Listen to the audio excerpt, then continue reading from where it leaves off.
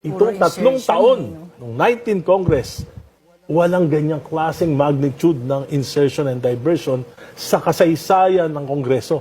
At kahit sino naging Pangulo, hindi pumapayag na ganyang kalaki. Si Presidente Marcos lang ang pumayag na merong 1.45 trillion na diversion insertions sa loob ng tatlong taon. Yung tatlong budget niya, sinalaula ng Kongreso, pinayagan niya.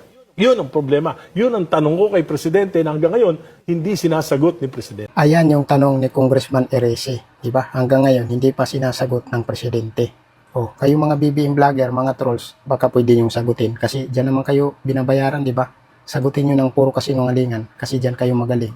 Puro kasinungalingan, di ba? Yung mga content nyo, yung mga pinapalabas nyo sa taong bayan. Kayo yung mga kupal na tumatanggap sa kaba ng bayan para magsinungaling sa taong bayan, di ba?